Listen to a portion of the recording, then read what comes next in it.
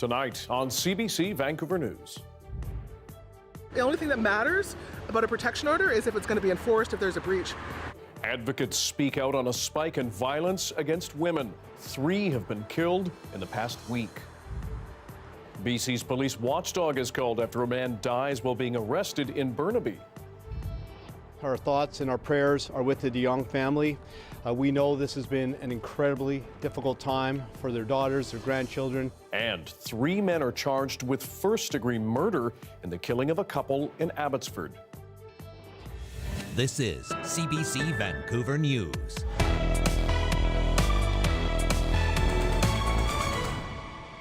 Good evening, I'm Dan Burritt. Thanks for joining us. Anita is away tonight. We begin in Coquitlam, where advocates are raising alarms over the recent rash of violence against women. In the past week, 3 have been killed. As the CBC's Peggy Lamb tells us, one case in particular has people urging police to take protection orders more seriously. Outside the Coquitlam RCMP detachment, these women honor Stephanie Forster, who was murdered in Coquitlam last Thursday. The suspect, her former husband, Gianluigi De Rossi, who she had a restraining order against.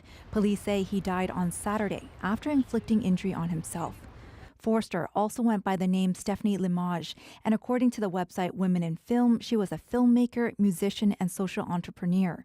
2 rallies were held in Forster's name this morning, one in Coquitlam, the other in Surrey, at the corner of 100th Avenue and 152nd Street. Advocates say they've heard of numerous cases like Forster's, where women's protection orders aren't enforced by police. So I think we have to get really real about protection orders, and we have to recognize that they, in this case, were nothing more than a piece of paper. And we don't want to be raising expectations for victims of violence, women victims of violence, or the larger community to think that the protection orders are going to be a measure of safety. The threshold of protection orders is quite high. Women have to establish a lot of evidence in the family court system to prove that violence has taken place. Coquitlam RCMP say they can't disclose details about Forster's case right now because there's still an investigation. They say they take all protection orders seriously. But advocates remain skeptical. Today, hanging up 2 banners in 2 different cities. They want to make sure the public doesn't forget the many women who died in homicides. They say many of them had protection orders. Peggy Lamb, CBC News, Vancouver. And just this afternoon, police have announced more charges in another case of intimate partner violence. Last Wednesday, 40-year-old Harpreet Kaur Gill was stabbed to death near 127th Street and 66th Avenue. Police arrested a 40-year-old man at the scene and later released him as they collected evidence. Now iHit says Navinder Gill, the victim's husband, has been arrested again and charged with second-degree murder. BC's police watchdog has been called in to investigate the death of a Burnaby man who died while RCMP were arresting him. This is the first time I'm seeing something like this, so close to my house. And it left me worried for a moment, what's going on, because 8-10 cars and everything is barricaded. So it kind of did worry me for a moment. And I tried asking the cops and they wouldn't tell me anything. So. Burnaby Mounties say officers responded to a call around 6 a.m. involving a man who was overdosing. He's alleged to have been in a fight with an employee at a local business. Police say he began to show signs of medical distress when he was being arrested. First responders tried to save him, but he died at the scene. The Independent Investigations Office is checking to see whether police actions are linked to his death. We have an update on a disturbing case that shook many people in Abbotsford in May. Police say 3 suspects have now been arrested and charged with murder in the deaths of a couple in their 70s. Michelle Gassoub joins us now with more. Michelle, what did we learn this afternoon? Dan, this is news people in Abbotsford have been waiting for many months. On May 9th, the bodies of 77-year-old Arnold DeYoung and 76-year-old Joanne DeYoung were found in their home, and the deaths were considered suspicious from day 1. And to date, 3 suspects have been arrested. Each have been charged with 2 counts of first-degree murder. They are 20-year-old Gurkharan Singh, 22-year-old Abjit Singh, and 22-year-old Kushveer Toor. We're also learning more about the relationship between them and the victims. It wasn't a random attack. It was something where one of the individuals was known to the family. These situations are complex. There's a lot that goes into it. We've been working very close with Abbotsford Police to determine exactly what happened, what led to this. We've been thankful to speak to a lot of witnesses, to collect a lot of evidence that got us to this point today. And Michelle, what more do we know about the men who have been charged here?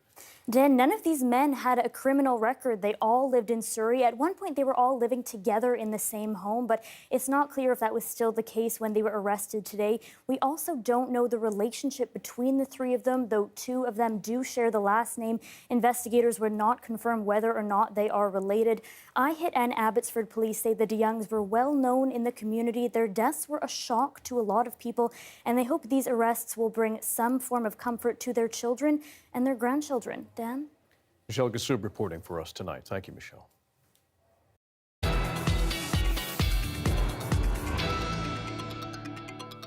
Brace yourselves. Environment Canada is warning of freezing temperatures and snow this weekend for the South Coast from Metro Vancouver all through to the Fraser Valley. Forecasters have issued a special weather statement for plunging temperatures and challenging travel conditions. Cold air from the north will bring temperatures 5 to 10 degrees below average, and with it, snow at higher elevations like SFU and the North Shore starting tomorrow. Strong winds are also forecast for coastal BC. And the cold will likely linger up until midweek next week. So, the daytime temperatures don't make it above freezing, and even with colder nights lower than that. So any precipitation that falls during this time beginning this weekend has a high chance of being flurries or snow. Homeowners are reminded to check water pipes. Up to 5 centimeters is expected to fall across the lower mainland on Sunday, and more snow is forecast between Tuesday and Thursday of next week. The frigid forecast has left some in the Fraser Valley concerned about people there without homes. As Yasmin Gandam explains, advocates in Abbotsford say shelters are already getting full.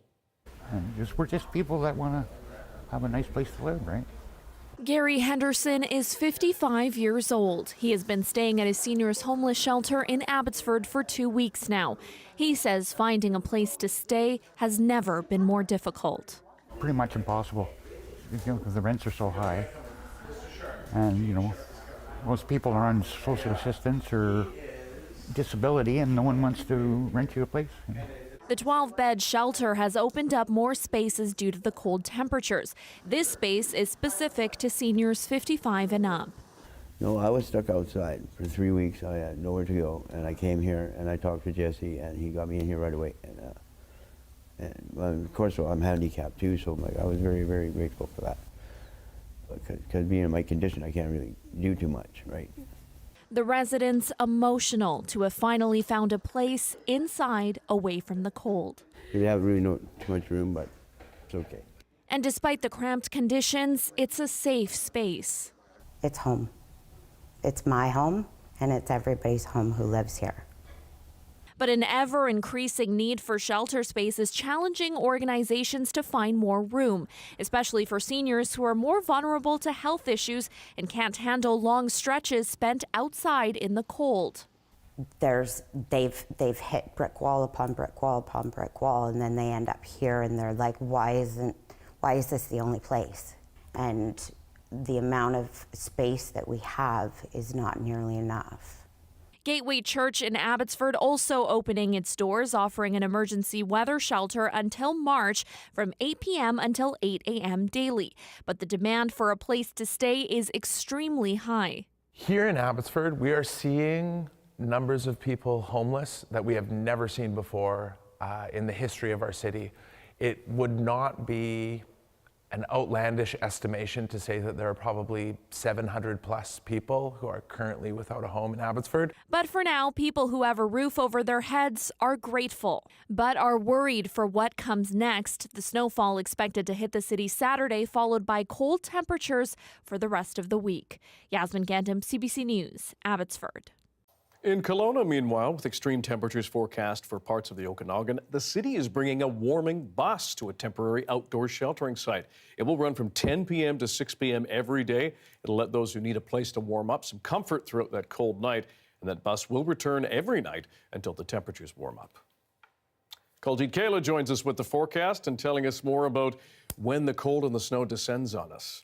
It's coming this weekend, but it's just the first of two big snow systems. Today we had a lot of alerts in place for snowfall, alerts from Dawson Creek down to the Caribou and Prince George, all the way, of course, for the Lower Mainland. This includes Metro Vancouver, the Fraser Valley, as well as the Sea to Sky Highway, and then a strong wind warning in effect as well for Terrace and Port Hardy. Along that stretch of the coast, we will also see windy conditions, temperatures dropping drastically over the next few days. Current temperatures outside 3 degrees in Vancouver and Pitt Meadows, 2 in West Vancouver. We're going to start to see lots of minus temperatures in the next few days, so do enjoy these pretty seasonal temperatures that we're seeing for today. Tomorrow, minus 17 in Prince George under sunny conditions, minus 16 up in Dease Lake, minus 15 for Williams Lake under snowy conditions, and minus 10 in Cranbrook. Again, for all of BC, the temperatures are going to do a drastic drop in the next few days, and I'll have details on that coming up. Today's high for near average, not too bad. The rain and snow mix will start Saturday morning, lasting until Monday. The first wave will bring us about 10 centimeters, and overnight temperatures will drop to minus 6 and minus 7 on Sunday and Monday, so it is getting a lot colder. Today, sunset around 4:14 under cloudy conditions. Clouds when it rises tomorrow at 8:02, and then comes that mix of rain and snow. The question is, how long is it going to last, and when does the second one come? I'll have those details coming up, Dan. Okay, thanks very much, Kuljeet. You're welcome. To other news now, it is a massive haul of concerning proportions. Canadian border agents say they have seized the largest amount of opium in their history at the Port of Vancouver. The Canada Border Services Agency says it found almost 2,500 kilograms of opium hidden inside almost 250 shipping pallets. The operation started in late October when agents examined goods from 19 marine containers. The RCMP puts the estimated street value of the drug at more than $50 million. Opium can be turned into heroin and other drugs. The seizure comes as BC's poison drug crisis continues to kill more people. This is a really big deal. To give you an idea of just how large this is, the shipment is more than half of all opium seizures in Canada's Pacific region over the last 5 years. No one has been arrested yet. The RCMP won't say where the opium came from or where it was heading, but they did thank Dubai and Australian police for their help in the operation. BC's Court of Appeal has sided with the provincial health officer over COVID restrictions on churches. Dr. Bonnie Henry ordered in-church and other worship services halted in 2020. A group of pastors claimed their right to freedom of religion was infringed upon. They lost in BC Supreme Court but appealed. Now the Court of Appeal says Henry's orders limiting religious gatherings and events may have infringed on fundamental freedoms, but they were justified as she made time-limited and specific setting orders restricting the activities she considered most likely to allow COVID to spread. The Central Valley Greenway can be something of a crow hotspot for anybody who's ridden on there, especially around Burnaby. But this past week, dozens of dead crows have been found there, and it's not exactly clear what's killing them. One Burnaby resident tells CBC News that not only were there several dead birds, but the others in the area were oddly silent and not interacting with each other. The BC Ministry of Forests says the situation was reported on Monday, and avian flu has not been ruled out. A dispute between Metro Vancouver and a construction company involving hundreds of millions of dollars has taken a new turn. It involves a leaked laptop and a big city mayor. New legal action was initiated by Metro Vancouver just today. And our Justin McElroy has some exclusive details. Justin, first of all, who is the mayor and what are the allegations? The mayor, Dan, is Richard Stewart, and the allegations surround how an employee of the construction company came to get information that only the mayor should have had about this dispute. So let's quickly break it down. In 2021, Metro Vancouver canceled a contract with Acciona for this North Shore wastewater treatment plant that you're seeing right here. Now, what's alleged is that there was a private Metro Vancouver board meeting in which there was legal advice shared with the board members. Richard Stewart was one of those members. What happened next, according to the legal filing from Metro Vancouver today, is that Peter Steblin, the city manager at the city of Coquitlam, logged on to get that information using Stewart's password and email. After that point, his daughter, who who works for Acciona took photographs of that information and then gave the pictures of those documents, which outline some of this legal case, to other people. So Acciona had this information before Metro Vancouver came to them terminating the contract, had this information when they filed a legal brief against Metro Vancouver for $250 million for the termination, and only revealed that to Metro Vancouver after the fact. So this information just coming out today. Certainly questions about how Coquitlam city manager got this information, how his daughter got it. The city of Coquitlam says that the city manager, Steblin, will be retiring at the beginning of next year.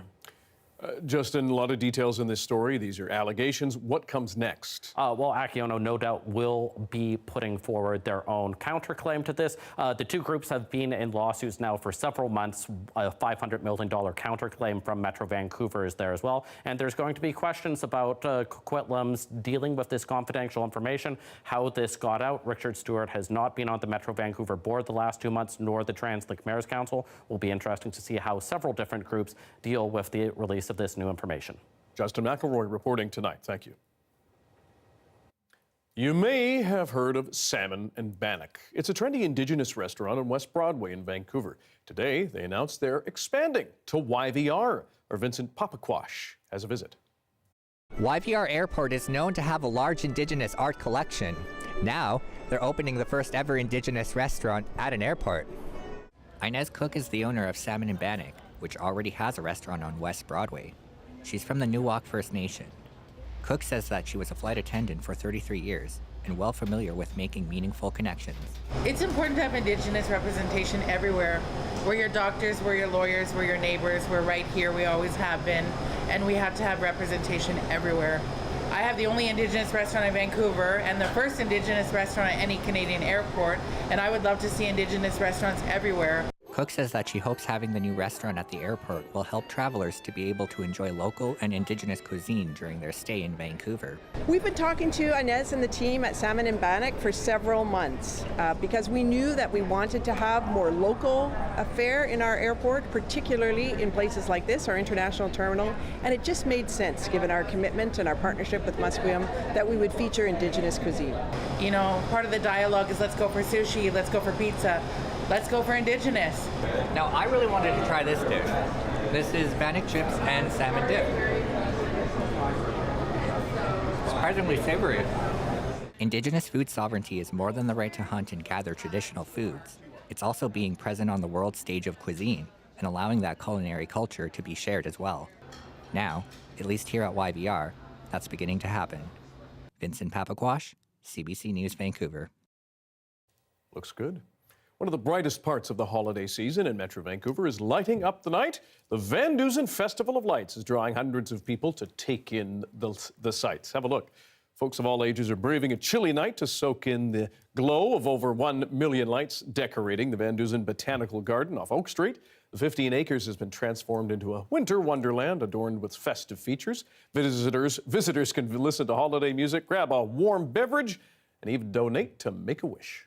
We've been to Van Dusen in the summertime, and it's absolutely beautiful, so we figured this is a good way to spend a little time in the winter. Oh, I love it. It's absolutely beautiful. It's really cool. I like the light. Also, I'm just enjoying letting this little guy see it. He's a bit shocked. It's overwhelming at the moment. Every time you take a turn, it's all beautiful. Yeah, it's very pretty, but some of them kind of hurt my eyes because it's so bright. The kids love the little donuts, and that's the only reason they want to come. The Festival of Lights is running rain or snow until January 2nd. With holiday travel well underway, Ottawa says passengers will not see a repeat of the chaos that unfolded this summer. After the break, some of the new tools you can expect and how they hinge on workers' health. Stick around.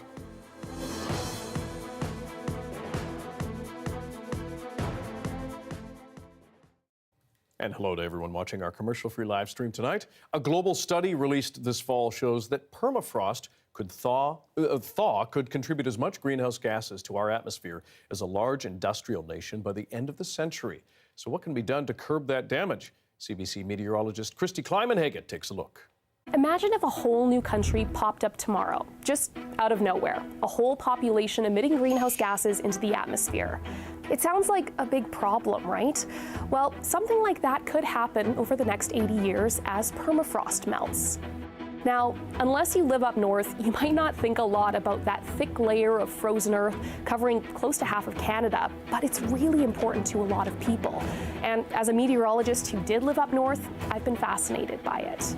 Now, new research shows the melting permafrost will have a huge impact, and not just north of 60.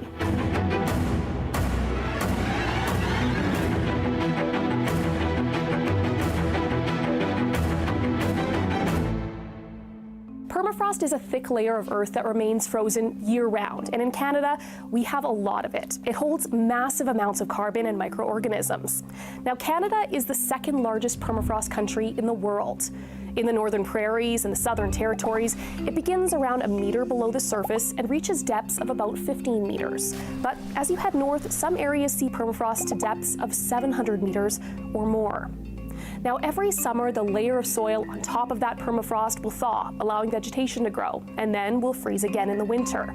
But with climate change, that thawing layer is getting deeper, and that creates a whole host of problems. The permafrost melting has a huge impact on the entire world, and that's because of what's inside of it: carbon. At current, there is probably almost twice as much carbon in permafrost ground as there is carbon in the atmosphere as carbon dioxide. You heard that right. Twice as much carbon in the ice as there is CO2 in the atmosphere. Permafrost is full of undecomposed plant matter that has been accumulating for thousands of years. And when it melts, that carbon in the ice becomes carbon dioxide and methane in the atmosphere. David Olefelt says in the future, our permafrost emissions will likely be bigger than our fossil fuel emissions in Canada. But just how much depends on how much the planet warms. One thing is for sure, the permafrost is already changing, and that has huge implications for all of the people who live on top of it. Entire communities are built on the permafrost. Those homes, buildings, roads, and bridges are all at risk as permafrost thaws and the ground shifts. If people are going to live in an area where their houses are under threat because their houses are sinking in one area, one side of the house is sinking, the other side is not, or if the sewage pipes in their village are going to be broken because the permafrost thaws underneath the sewage pipe, or if the power poles tilt over because of melting permafrost, then this is something for everybody to be concerned about. So definitely a problem that Northerners are already facing, and as emissions increase from the Arctic, it'll be something for us all to think about.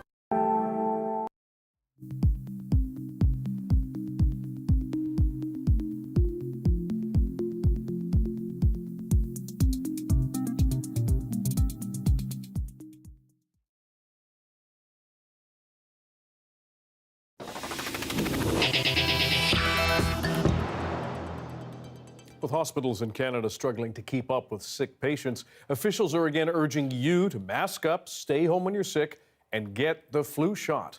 But as Christine Birak shows us, for a lot of Canadians, those messages are not sinking in. All done. Did I get a lollipop or something? No lollipops, but everyone here, including one-year-old Kai, leaves with something vital. The flu shot has been proven to be effective and safe in saving lives. That's a message that we need to get out. Despite this year's crush of children lying in hospital beds, uptake of the flu vaccine remains similar to a regular season, 30% or lower. People say it's not worthwhile to get an influenza vaccine at this point, but that couldn't be further from the truth. Reasons for not getting the shot vary, from confusion and fatigue to indifference. Year after year, people kind of think, even though it's a myth, that, it's all going to be fine. Flu and pneumonia kills between 5,000 and 9,000 Canadians a year. And you can assume that there's so much influenza there that all the cells have been destroyed. Immunologist Don Bowdish says the virus is nastier than most people realize. It actually raises the risk of having a heart attack and stroke. The flu virus can also suppress the immune system, leaving people vulnerable to other viruses like pneumonia and bacterial infections such as strep A. So far, at least 3 children in Canada have died from strep A, including 2 deaths in Montreal this week. Co-infections are also particularly problematic in children and make things extremely hard to treat. She adds certain medications, including antibiotics, are currently in short supply, And soon, vulnerable groups like children and grandparents will be gathering. We all get together, we don't have our masks on, and so getting a flu shot this week will get you into that prime period of protection over the holiday season. So influenza, it's predominantly an H3N2 season. A strain that always hits children and the elderly particularly hard. If there is any sort of silver lining to what we're seeing so far this year, is that the H3N2 strains that have been genetically sequenced are identical to the strain that's contained in the vaccine. A poke that offers much needed protection that could save a life. Yay! All done. See? That wasn't too bad. Christine Burak, CBC News, Toronto. Meanwhile, airports and border officials say they have taken steps to make holiday travels smoother for Canadians. Many want to avoid a repeat of the summer chaos, which saw long lines and missing baggage. But as Sophia Harris reports, the chaos will return if the workers keeping the airports running get sick. I'm traveling back to Mexico for the season. We're coming up to one of the busiest travel times of the year, and some passengers are wondering if they're in for a bumpy ride. I heard that they are short of people here. Their concerns follow this past summer's travel chaos, which included long lines, missing baggage, and flight delays so bad they earned Toronto's Pearson International Airport infamy as one of the world's worst. The federal government says it has new measures in place to help ensure a smooth journey. Access to these express lanes. At Pearson and at Montreal and Vancouver's international airports, there are now express lanes for passengers who fill out their customs declaration using the ArriveCan app. I've seen people go through as fast as 14 seconds. It's about giving people an option to use tools to facilitate faster border crossing for themselves. Airports and the government have also gone on hiring sprees to increase staffing. Sometimes a lot of planes will converge all at one time, and there could be a little bit of excess wait times. But of course, here at the CBSA, we ensure that we have the proper staffing levels. But there's still turbulence ahead. We're seeing a higher frequency of sick calls. The union representing hundreds of ground crew workers at Pearson warns staffing could still be an issue due to spiking cases of COVID-19 and the flu. Certainly, you can see up to as many as 30, 40 sick calls in a day, which has a significant impact on the operation, especially if they're not adequately staffed with relief crews. And for passengers who do experience flight delays, they'll likely be in for another long wait if they wind up filing a complaint with the Canadian Transportation Agency. The CTA is dealing with an unprecedented backlog of more than 30,000 complaints. It can take up to 18 months to have a case processed at the CTA. The government says it's working on that problem too. Sophia Harris, CBC News, Toronto. We know the countdown is on until Christmas. It's 9 days away now. Even fewer days remain to check off everyone on your shopping list if you have one. As Meg Roberts finds out, some are taking this last weekend before the holiday to get it all done. Go!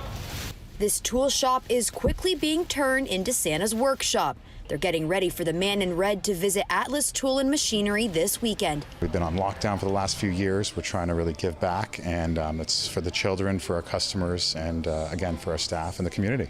Staff is preparing for a busy weekend, the final one before Christmas, while also spreading a bit of holiday cheer, encouraging the public to come take pictures with Santa and donate to local food banks, all while picking up those last-minute gifts. This Christmas is going to be awesome. I feel like everyone's out and about, and we're here ready to rock and ready to shop, and we're very excited to have a busy shopping season.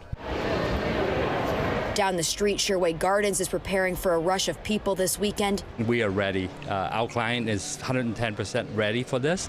The general manager says people are coming out in crowds they haven't seen for the past 2 years. Compared to last year, we see a tremendous increase, not only in traffic, but in sales, in productivity, and especially in the mood of people.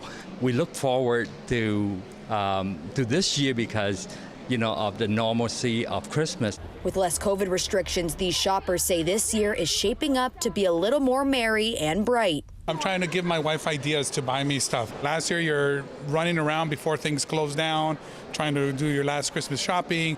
Now you have a little bit more time. Are you feeling more of a Christmas cheer this year? Definitely. Can you tell? Yeah. Yeah, and seeing family this year, which will be nice. You just feel like that slow transition to back to normal, and it's just I feel comfortable again, and you feel almost like a sense of fullness. I think that's what I would say. Meg Roberts, CBC News, Toronto. Being far from home can be hard for anyone, but imagine being an international student who arrives in the Maritimes as a storm rips through that region. That's where an act of kindness can go a very long way. Brett Ruskin has the story of a community in Sydney, Nova Scotia that certainly stepped up. When Hurricane Fiona hit back in September, hundreds of students had just arrived in Canada. A lot of people were not ready for it. Never had that in India. The Indian community in Sydney stepped up to serve food to international students coping with the storm's aftermath. Ankit Vadva came to Cape Breton less than a year ago, but is already helping more recent arrivals. That incident, or that event, I would say, brought everyone closer. One of the main support groups is the Sukhmani Sahib Society. They organize events, share information, and even check accommodations. We are trying to verify the landlords or the property owners so that when they come to Canada, it's not a fraud. And with winter well underway, the most recent community effort was a clothing drive. To get those things that you need for a Canadian winter. Yes, there's no bad weather. It's always bad clothing in Canada. They distributed all the winter clothes through the YMCA. We have ample space in our 60,000 square foot facility here on Charlotte Street, so we were more than happy to open our doors. It's one of the key community hubs for newcomers. Looking for help with building a resume or finding a job in one of our Nova Scotia work centers, and we see them all the time in our gymnasium, working out in our, some of them teach our fitness classes. Some, including Ankit. It's a good way of cardio, mix of dance and fitness and Zumba. It's one of my favorite classes. I got to try it about a week and a half ago. Combining cultures, making Sydney feel like home. So if people can feel that belong to the community, they belong to Sydney, they will want to stay here and give back to the community. And there's going to be more students calling Sydney home in the weeks ahead as well, with a new term beginning in January at Cape Breton University, with hundreds more international students expected to arrive and expected to receive those same welcomes and supports from the community there. Brett Ruskin, CBC News, Halifax. A scene of horror unfolding in a hotel in Berlin. Why did a massive aquarium suddenly burst? The questions and the aftermath are after this.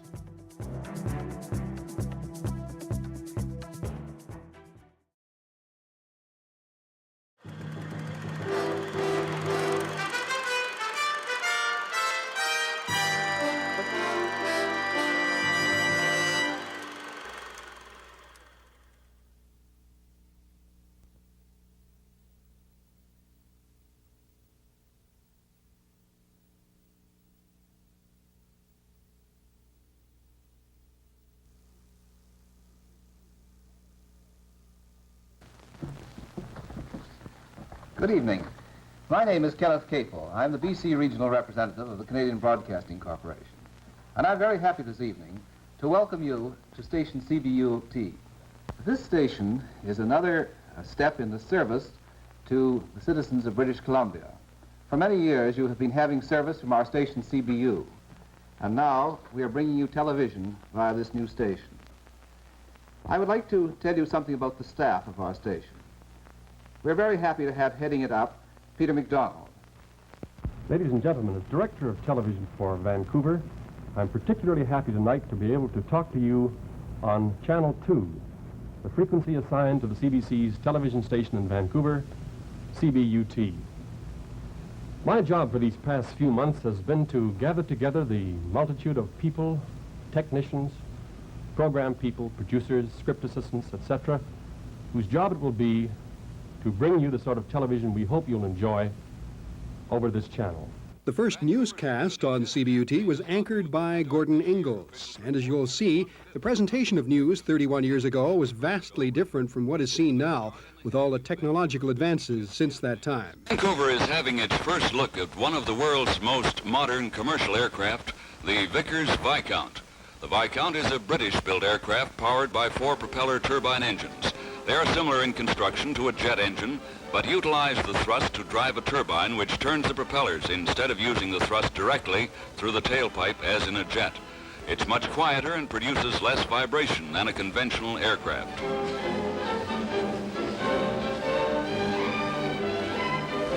The president of TCA, Gordon McGregor, arrives in Vancouver aboard the new plane and is met by Lieutenant Governor-designate Alec Ross.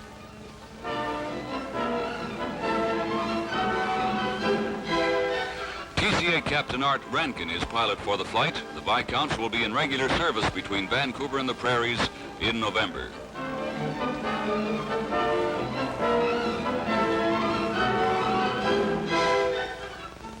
And now turning to the weather, if we can find it. Cloudy with a few sunny periods over the southern British Columbia coast tomorrow. Little change in temperature. The predicted overnight low and high temperatures tomorrow: Vancouver 42 and 62, Abbotsford and Nanaimo 38 and 65, Victoria 45 and 60. And that winds up another 6:45 news and newsreel from our television studios in Vancouver. Another edition tomorrow night. Good night.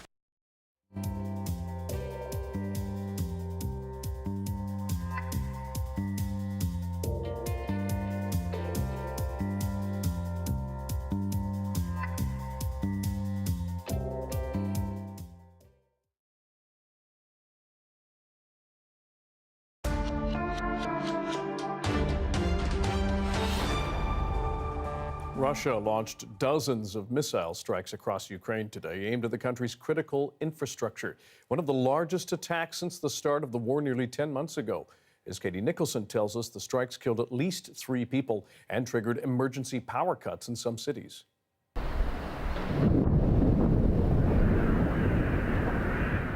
Birds scatter over Kyiv, spooked by the rumble of missiles. More than 70 of them, which rain down across Ukraine in a resurgent Russian assault, pulverizing infrastructure and this apartment building.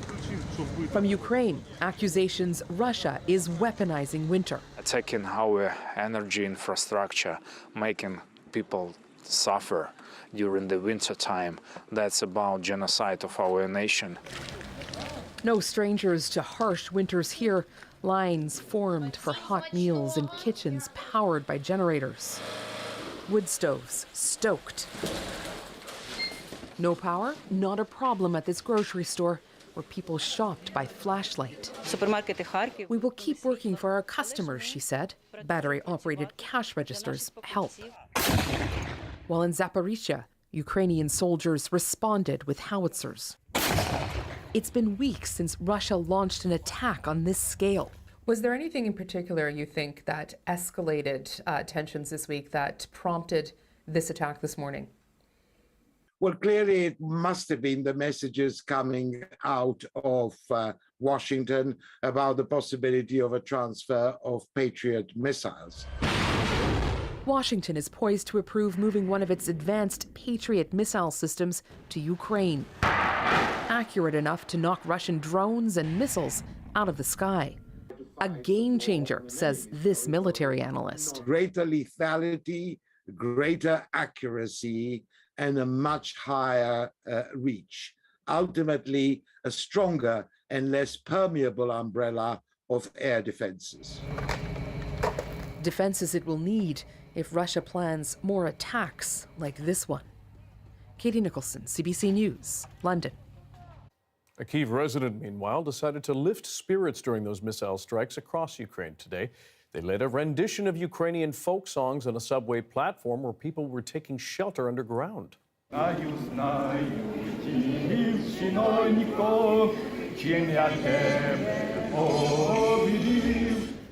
And it didn't take long for others to join the impromptu sing-along.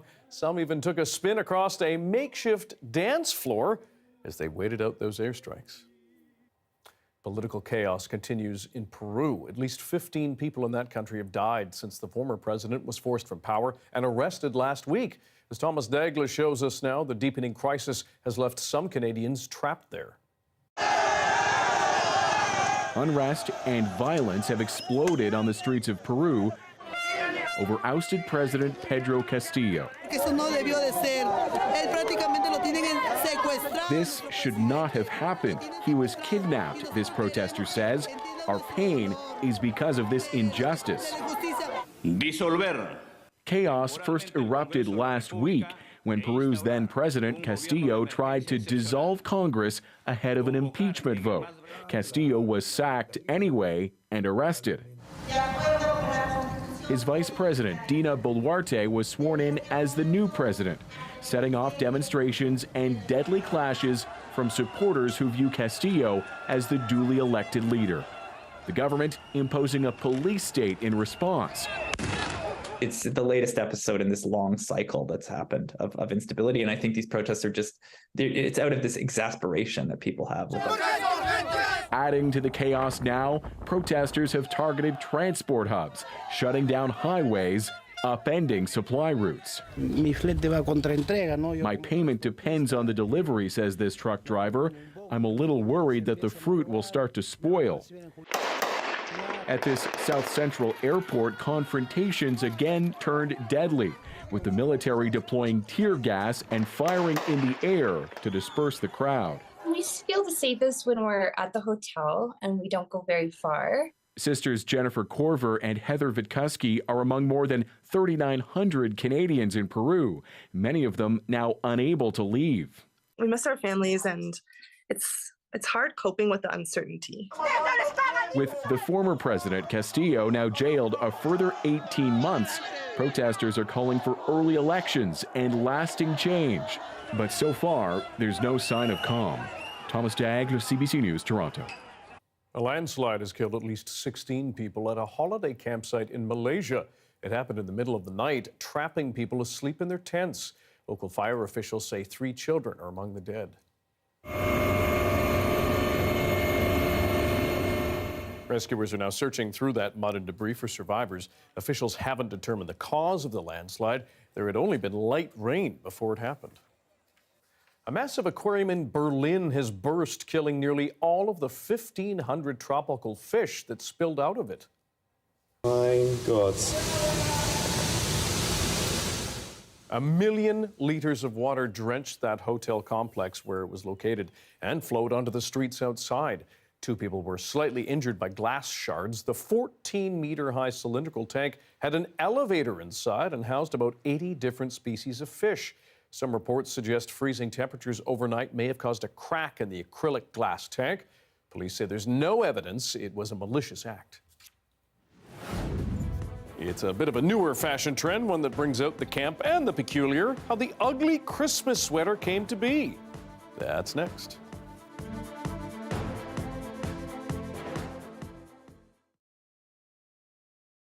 I used to see ornaments like this, like on my grandma's Christmas tree, and I just love miniatures, okay? I'll confess it to you. I love little things. Hi everybody, I'm ALB and I'm so excited because the holiday season is finally here, and this time of year I just get so energetic with the idea of DIYing a bunch of my holiday decorations. So today I'm going to be showing you how to make your very own vintage inspired little world ornaments. Here's what you're going to need. Plastic open front ornaments, acrylic paints in pastel colors, liquid snow, and you're going to be using this for decorating the outside of your ornament and decorating the inside to give the illusion of snow that all your critters are resting in. Some ribbon here, I went with white, and then some scissors. And we have some tiny little treasures here, some little presents that we're going to use to decorate with. Some bottle brush trees and tiny little figurines to decorate with. Some fake snow here. A bottle of high gloss varnish, and some paintbrushes. So we're gonna take our clear plastic ornament and first remove the metal handle at the top. Just put that aside for later, we don't need it right now. And then we're gonna paint this. Oh, I'm so fast at this, amazing. So this is what it looks like when you've got enough layers on it. I've also put a clear gloss on top of my paint. The gloss protects it, makes it safe and strong, and it's gonna last a really long time. This is the fun part because you get to start drawing designs, getting creative, and making this little world unique to you and your own heart. What I'm gonna do is grab my snow writer. So with a steady hand, I'm just gonna start going around the rim here. I just do circles around the outside and then put a little dot next to them, just like this. Now I'm going to put a ribbon on the top.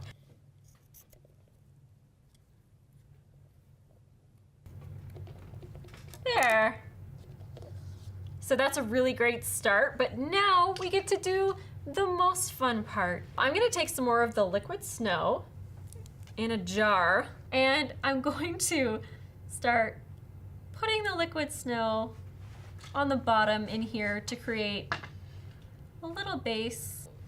The thing is, this stuff takes a little while to dry, and sometimes I like to do a couple of layers, but you should let them dry in between the layers. I'm going to start sprinkling this fake snow on top of the wet fake snow before it dries, just so that it sticks and really creates that nice snow texture. Now I'm gonna start picking out little treasures. I find when I'm putting the trees into the fake snow, it helps to put just a little bit of fake snow on the bottom. And you don't need to push down too hard on these, just make sure that they're secure. Oh, look how cute it turned out. I'm so happy with it. If you want the full step-by-step list on how to make these vintage-inspired Christmas ornaments for your tree, check out cbc.ca/life. Happy holidays!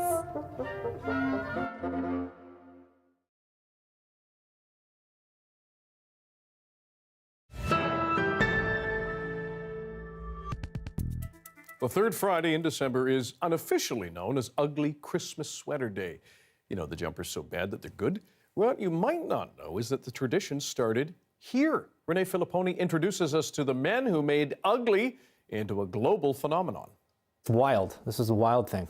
With each sweater come memories for Chris Boyd and Jordan Birch. This is called the Elvis Stoico. Oh, it was? Yeah, Yeah, this is one of our favorites. The pair are widely seen as the founders of the ugly Christmas sweater phenomenon 2 decades ago. We set out to organize the cheesiest, most feel-good party imaginable.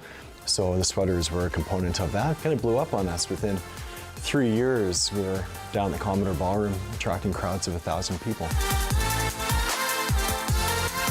For years, their parties attracted thousands and were a staple of the holiday calendar in Vancouver. Boyd and Birch own the Canadian patent to ugly Christmas sweater and are behind the city of Vancouver proclaiming Ugly Christmas Sweater Day a decade ago, among the first to do so.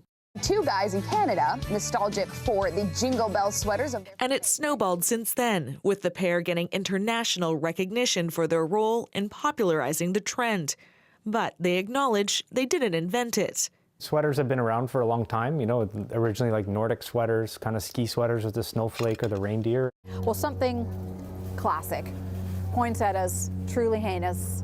In the past couple of decades, it's taken on a life of its own, with businesses catering to people getting ready for the season. We get them from actually a Vancouver company who sources them throughout North America. So he has pickers who go into secondhand stores and they pick them all clean. Major websites and retailers are also cashing in on the tacky trend, selling brand new versions for people unable to find secondhand ones. But for the 2 men behind it, it's never been about profit, but raising money for charity. The once rowdy parties have morphed into family-friendly runs, embracing holiday joy one ugly sweater at a time. Renee Filipponi, CBC News, Port Moody, BC. Time for our full weather forecast with Kuljeet Kaila as we go into the cold. And here's something that might just be appropriate for what Renee just mentioned. There it is, ladies and gentlemen. I don't think it's ugly. I think it's striking. I think it's the nicest sweater I've seen all day. Thank you. I'm quite jealous. I've only had 2 people at work sort of cringe and others who've said, where could I get one? Yes. So, and it is warm. Thank you, marketing department. I'm hoping you leave it somewhere where I can just... You know what? I'm going to throw it on like this now, like a bad 80s villain, you know, or bad guy at a college. There we go. Straight from Florida, Dan. Yeah. I like it. I got the white patent leather shoes on, too. We're going to have to see all of this later on Indeed. here. Let's get to the weather real quick. We've got a couple of low-pressure systems coming, Arctic air coming, 2 rounds of snow starting. On Saturday, this cold front will push temperatures down right across the province, so it's going to get very cold. And then the second cold front comes at around Tuesday, bringing even more snow. So we're preparing for a little bit of it this weekend. Temperatures outside right now already pretty cold over in Williams Lake, -23 by Tuesday. So the temperatures temperatures will continually, steadily drop over the next few days across the province. It's going to get this cold. By Monday, minus 28 for Fort Nelson, the high minus 23 in Prince George, minus 26 in Dease Lake. So lots of cold temperatures. For us, this means a bit of snow on Saturday, starting 60% chance of it. Into Sunday, we'll get about 4 or 5 centimeters. Monday, we'll get a bit of a break, some sunshine, and then the snow comes back for Tuesday, Wednesday, and even into Thursday. What are the totals that we're looking at? By Thursday, we could see up to 33 centimeters of snow for Vancouver, 39 in the Tri-Cities, and up to 54 in Whistler. And don't forget the Fraser Valley, about 45 centimeters of snow. So by Thursday, that will be the accumulation. Shovels, the big snow jackets, and all the sweaters, Dan. Good idea. Thank you, Kuljeet. You're welcome. The United Nations, the European Union, and others have condemned Twitter's decision to suspend some journalists who covered the social media platform. Reporters from the New York Times, CNN, and the Washington Post are among those whose feeds have been targeted. As Magda Gabrisalasa reports, the dispute stems from a disagreement over a Twitter account which tracked the whereabouts of new owner Elon Musk's jet in real time. This all started with Twitter suspending accounts that track the private planes of some big names. And included in that is an account that posts information on Elon Musk's sky-high travels. Now, this data is publicly available. Previously, Musk was fine with this, but that has now changed. He suspended those accounts, then he suspended the accounts of a bunch of journalists that reported on this. Musk saying the accounts posted his real-time location, putting his family in danger. This independent journalist that had his account suspended is speaking out against Musk and his claims. It's quite absurd. So yeah, just to back up one step, I mean, what turns out to have been the case here was that he was upset over a tweet that I posted linking to the Facebook page of the Elon Jet account, which was banned from Twitter. This is an account that tracks Elon's private jet using publicly available information. So it's not like this is, you know, some sort of stalker account or using information that can't be found by anyone. In a statement, the New York Times said the actions taken by Twitter were impulsive and unjustified. It wants an explanation for why this happened. So does CNN. It says it's going to reevaluate its relationship based on the response. And now there could be consequences for Twitter. The vice president of the European Commission took to the social media platform to speak out. Vera Jourova wrote this in a tweet, quote, "The EU's Digital Services Act requires respect of media freedom and fundamental rights. This is reinforced under our hashtag Media Freedom Act. Elon Musk should be aware of that. There are red lines and sanctions soon." Meanwhile, Musk is now indicating the suspensions are temporary. In this poll, he asked people to weigh in, asking them if he should unsuspend the accounts now or in 7 days. We'll see if he follows through. Magda Gabrisalasa, CBC News, Washington. Some Avatar fans will be lining up for the highly anticipated sequel tonight. The sci-fi epic is expected to bring in hundreds of millions of dollars at the box office. But as Eli Glasner tells us, some say the new film has already fallen short. Ladies and gentlemen, you're not in Kansas anymore. To say Avatar was a success is like saying James Cameron's Titanic was just about a boat. All right, open your eyes.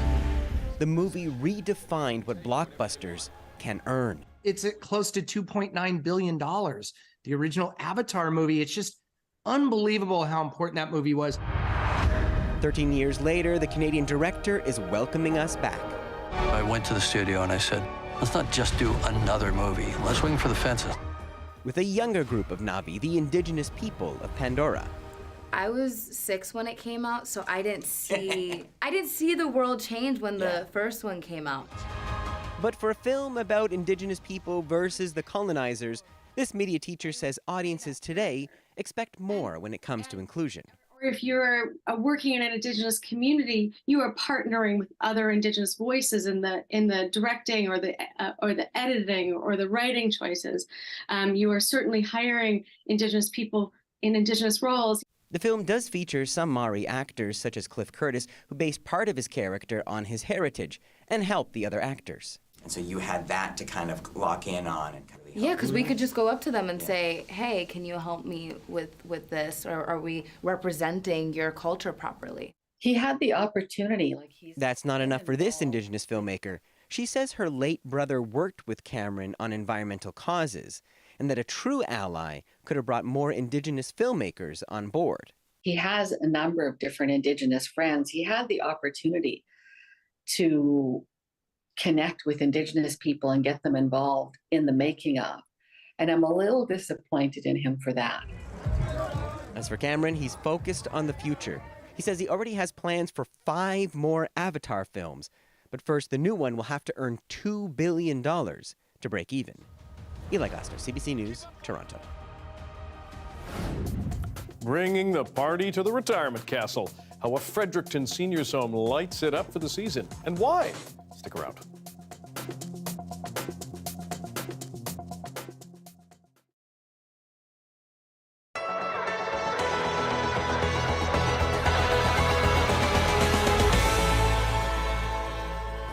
Gabby Jedlinski has been a business owner for 5 years, nurturing this bakery on Erie Street and connecting with her clients. When you recognize those faces, like they become familiar and you know their kids and you see them growing up and like you got to be a part of their lives, and it's always been so rewarding like in that sense, and I think that's like what makes it the hardest. The shop survived the first couple of years of the pandemic, but people stopped going out the way they used to.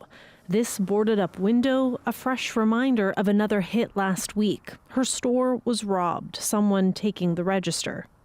You just kind of feel like you keep getting kicked when you're down, and it's just, there's not enough money coming in. It's just, you feel like you're kind of bleeding yourself dry. She says she's not alone. The Chamber of Commerce also sees signs of struggle. When it comes to businesses which are like the bakery that you mentioned, their input costs are so significantly high that I fear that there are many more that are on the verge of closing down.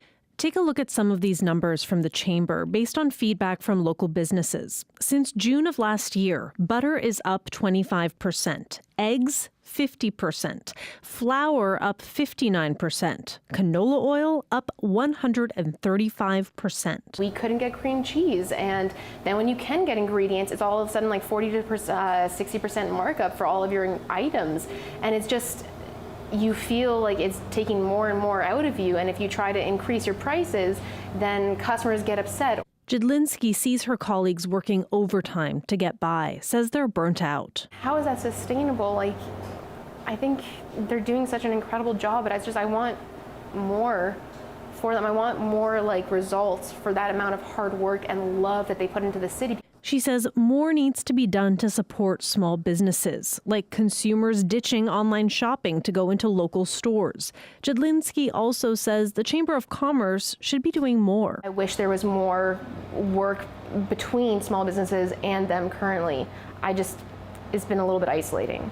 The Chamber says it is working to find relief for businesses, highlighting programs and grants already available, but more needs to be done. We have a list of things that we'll be proposing, and we have proposed so that there can be some respite from this significant increase. Like proposing to municipalities that they drop business permit fees, asking them to consider lowering property taxes for certain types of businesses, and asking the province to hold off on further increasing minimum wage until things improve. But Jedlinski won't be waiting it out. Are you hoping to be able to reopen a bakery down the road? No, never. This really was like an incredible experience. I really have such a love for small businesses, and I want them to do well. I think COVID was one fight, but I think this is like the real one right now to see like who can actually like come out of this in one piece.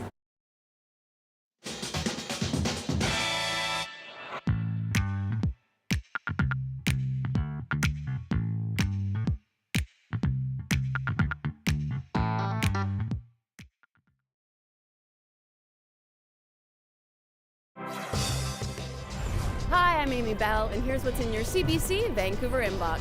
Stream holiday episodes of your favorite CBC shows like The Great Canadian Baking Show and other festive films on demand on CBC Gem. Check it out at gem.cbc.ca.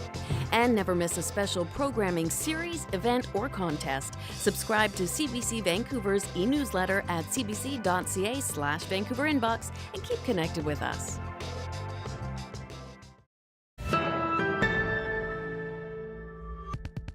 Tis the season to spread good tidings and cheer. A nursing home in Fredericton draws thousands of visitors every year with its Christmas Lights Festival. Volunteers decorate more than 100 trees to lift the spirits and raise money for the residents. Have a look.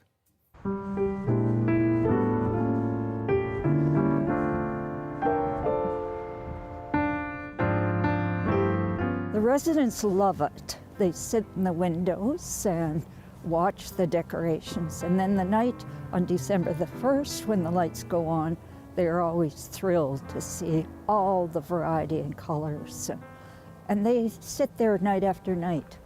It's wonderful for the community of Fredericton to drive through, but as part of the committee, we're very pleased that the community of businesses and individuals help us provide things for the residents. I can't say exactly how much money that we have raised over the years, but we've raised in the hundreds of thousands of dollars with this fundraising over the 14-year period. It's all volunteer work, and the money that we make from selling the trees goes to support the nursing home, and we sure appreciate everybody who contributes. Thanks for being with us tonight on CBC Vancouver News at 6. You can watch this show on CBC Gem, our free app, as well as YouTube, Instagram, and of course our website, cbc.ca/BC. Michelle Gassou will have your next late local news at 11 o'clock, right after the National. Good night, enjoy the weekend, stay safe.